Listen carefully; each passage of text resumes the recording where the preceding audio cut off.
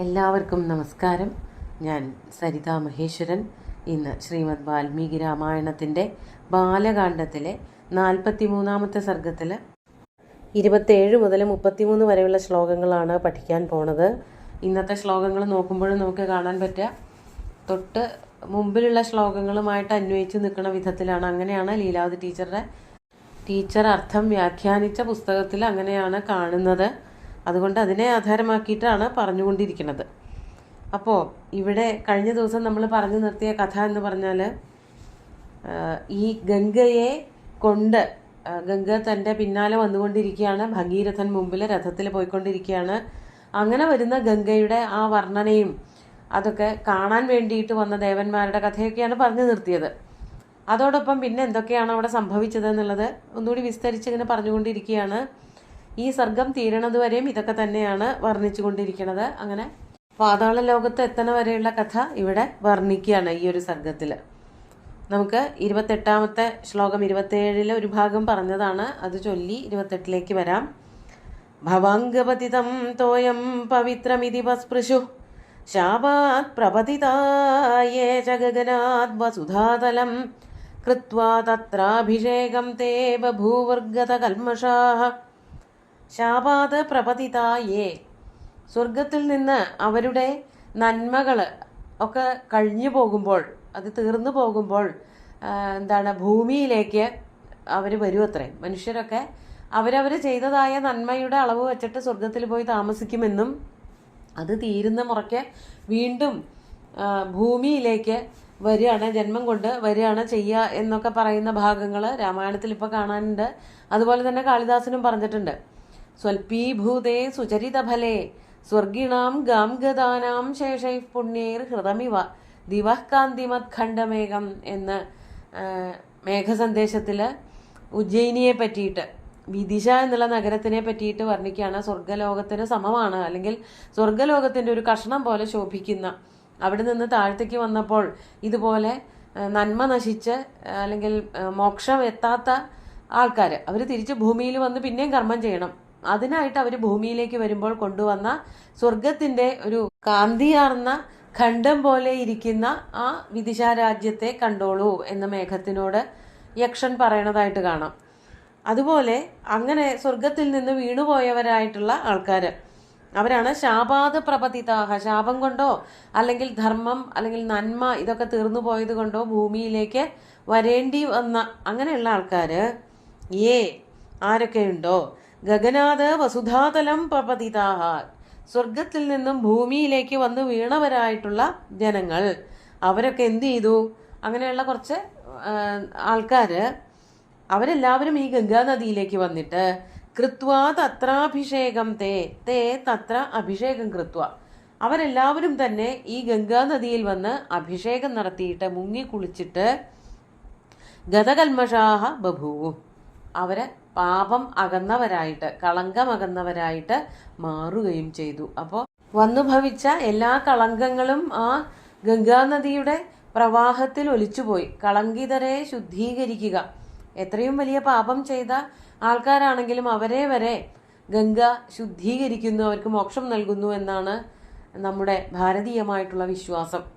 അങ്ങനെ അവിടെ നിന്ന് സ്വർഗത്തിൽ നിന്ന് പുറത്താക്കപ്പെട്ടവർ വന്ന് അവർ വരെ വന്ന് ഗംഗാനദിയിൽ സ്പർശിക്കുകയും മുങ്ങിക്കുളിക്കുകയും അവരുടെ എല്ലാ പാപങ്ങളും അകന്നു പോവുകയും ചെയ്തു എന്നാണ് ഇവിടെ വാൽമീകി മഹർഷി പറയണത്. എന്നിട്ട് ധൂതപാപാഃ പുനസ്തേന തോയേനാഥ ശുഭാന്വിതാഃ പുനരാകാശമാവിശ്യ സ്വാം ലോകാൻ പ്രതിവേദിരേ. അവരൊക്കെ അതോടുകൂടിയിട്ട് ധൂതപാപാഹ, പാപങ്ങൾ അകന്നുപോയവരായി തീർന്നു. എങ്ങനെ? തേന തോയേന, ആ ജലം കൊണ്ട്, ഗംഗാനദിയിലെ അശുദ്ധമായിട്ടുള്ള വിശുദ്ധമായിട്ടുള്ള ജലം കൊണ്ട് പാപങ്ങളൊക്കെ അകന്നുപോയവരായിട്ടുള്ള ശുഭാന്വിതാഹ തേ, വളരെ ശുഭം മാത്രം ചെയ്തവരായ, അല്ലെങ്കിൽ അവരുടെ പാപങ്ങളൊക്കെ അകന്നുപോയി അവർക്ക് നന്മ മാത്രമായി തീർന്നു, അതാണ് ശുഭാന്വിതന്മാർ.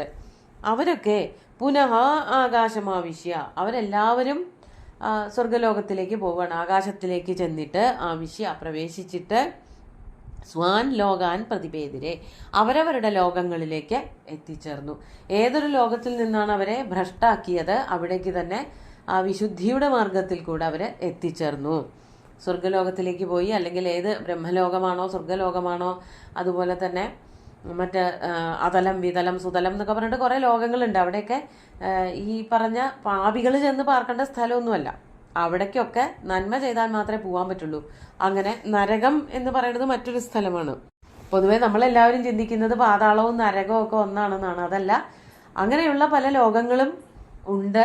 അവിടേക്ക് ചെല്ലണമെങ്കിൽ സത്കർമ്മങ്ങൾ കുറേ ചെയ്യണം.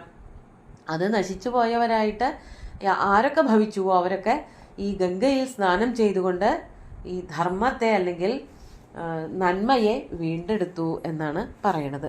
അതാണ് സ്വാൻ ലോകാൻ പ്രതിഭേദിരെ, അവരവരുടെ ലോകങ്ങളെ പ്രാപിച്ചു. എന്നിട്ട് അടുത്ത ശ്ലോകാണ് മുമുദേ മുദിതോ ലോകസ്തേനതോ ഏന ഭാസ്വത കൃതാഭിഷേകോ ഗംഗായാം ബഭൂവഗത കൽമഷ. അതുപോലെ തന്നെ തേന തോയേന, ആ ജലം കാരണം, അതായത് ആ വെള്ളം കൊണ്ട്, ഈ ഗംഗാനദി കൊണ്ട് ജനങ്ങളെല്ലാവരും, അവിടെ കൂടിയിരുന്ന ആൾക്കാരെല്ലാവരും തന്നെ അഭിഷേകം ചെയ്തിട്ട് അവര് ഗതകൽമഷന്മാരായി. ഈ സ്വർഗത്തിൽ നിന്ന് പുറത്താക്കിയവർ മാത്രമൊന്നുമല്ല, അല്ലാത്തവരും അവിടെ പോയിട്ട് പാപം ചെയ്തു എന്ന് തോന്നലുള്ളവരൊക്കെ സ്വർഗംഗയിൽ പോയി മുങ്ങിക്കുളിച്ച് അവരെല്ലാം ഗതകൽമഷന്മാരായി. കൃതാഭിഷേകോ ഗംഗായാം ഗതകൽമഷ ബഭൂവ മുദിത ലോക. അങ്ങനെ സന്തോഷഭരിതരായി തീർന്ന ജനങ്ങളെല്ലാവരും തന്നെ ഈ തിളങ്ങുന്ന ഭാസ്വത തോയേന, നല്ല തിളങ്ങുന്ന ശുദ്ധമായ ആ വെള്ളത്തിൽ മുങ്ങിക്കുളിച്ചുകൊണ്ട് കൃതാഭിഷേകം കഴിച്ചിട്ട് ഗംഗായാം, ഗംഗയുടെ അല്ലെങ്കിൽ ഗംഗയിലെ തെളിഞ്ഞ വെള്ളത്തിൽ, ശുദ്ധമായിട്ടുള്ള വെള്ളത്തിൽ അഭിഷേകം കഴിച്ചിട്ട് ഗതകൽമഷ ബഭൂവ, എല്ലാ പാപങ്ങളും അകന്നവരായി തീർന്നു. എന്നിട്ട് ഇനി ഭഗീരഥനെ പറ്റി പറയാണ്. 30-ാമത്തെ ശ്ലോകത്തിന്റെ 2-ാമത്തെ ഭാഗമാണ്. ഭഗീരഥോ ഹി രാജർഷിർ ദിവ്യം സ്യന്തനമാസ്ഥിത പ്രായാദഗ്രേ മഹാരാജസ്തം ഗംഗാപൃഷ്ഠതോന്വഗാത്. ഇത് മുമ്പേ പറഞ്ഞ ശ്ലോകത്തിന്റെ അതേ സ്വഭാവമുള്ളതാണ്. ഭഗീരഥോ ഹി രാജർഷിർ ദിവ്യം സ്യന്തനമാസ്ഥിത. രാജർഷിയായിട്ടുള്ള ഭഗീരഥൻ ദിവ്യമായിട്ടുള്ള ദേവന്മാരെ നൽകിയതായിട്ടുള്ള ആ സ്യന്തനത്തിൽ, സ്യന്തനം രഥത്തിൽ കയറി മുമ്പേ സഞ്ചരിച്ചു. അഗ്രേ പ്രായാത്, മഹാരാജ അഗ്രേ പ്രായാത്, മഹാരാജാവായിട്ടുള്ള ആ ഭഗീരഥൻ മുന്നിൽ കൂടെ, ഗംഗയുടെ മുമ്പ് കൂടെ സഞ്ചരിച്ചു. തം പൃഷ്ഠതഃ ഗംഗ അന്വഗാത്, അദ്ദേഹത്തിന്റെ പുറകിലായിട്ട് ഗംഗാനദി പോവുകയും ചെയ്തു, സഞ്ചരിക്കുകയും ഒഴുകി വരികയും ചെയ്തു എന്നർത്ഥം. ഇനി വീണ്ടും പറഞ്ഞ കാര്യങ്ങളൊക്കെ ഒന്നുകൂടിയും പറയാണ്. ചില ആവർത്തനങ്ങൾ കാണാൻ പറ്റും. ദേവാസർഷിഗണാ സർവേ ദൈത്യദാനവരാക്ഷസാഃ ഗന്ധർവയക്ഷപ്രവരാः സകിന്നരമഹോരഗാഃ സർവാശ്ച അപ്സരസോ രാമ ഭഗീരഥരഥാനുഗാഃ ഗംഗാമന്വഗമൻ പ്രീതാ സർവേ ജലചരാശ്ചയേ. ഇതാദ്യം പറഞ്ഞതാണ്.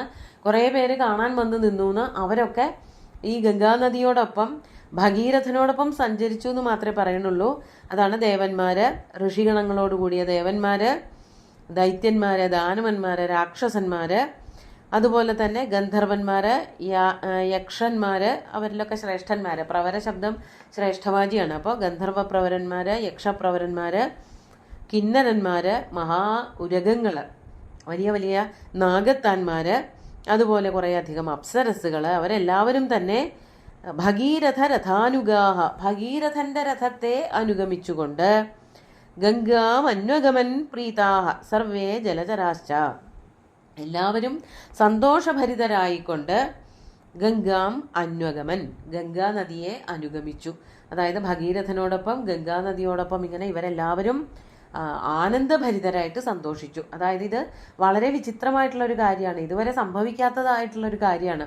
സ്വർഗലോകത്ത് നിന്ന് ഒരു നദിയെ ഭൂമിയിലേക്ക് കൊണ്ടുവരിക എന്നുള്ളത്. അതിൻ്റെ ആശ്ചര്യം കൊണ്ട് എല്ലാ ലോകങ്ങളിൽ നിന്നും കാഴ്ചക്കാരായിട്ട് ദേവന്മാരും മനുഷ്യരും രാക്ഷസന്മാരും ഒക്കെ വന്നു ചേർന്നു. അവരൊക്കെ ഇതിനോടൊപ്പം സഞ്ചരിക്കുകയും ചെയ്തു. മാത്രമല്ല അവരുടെ കൂട്ടത്തിൽ ആരുണ്ടായിരുന്നു?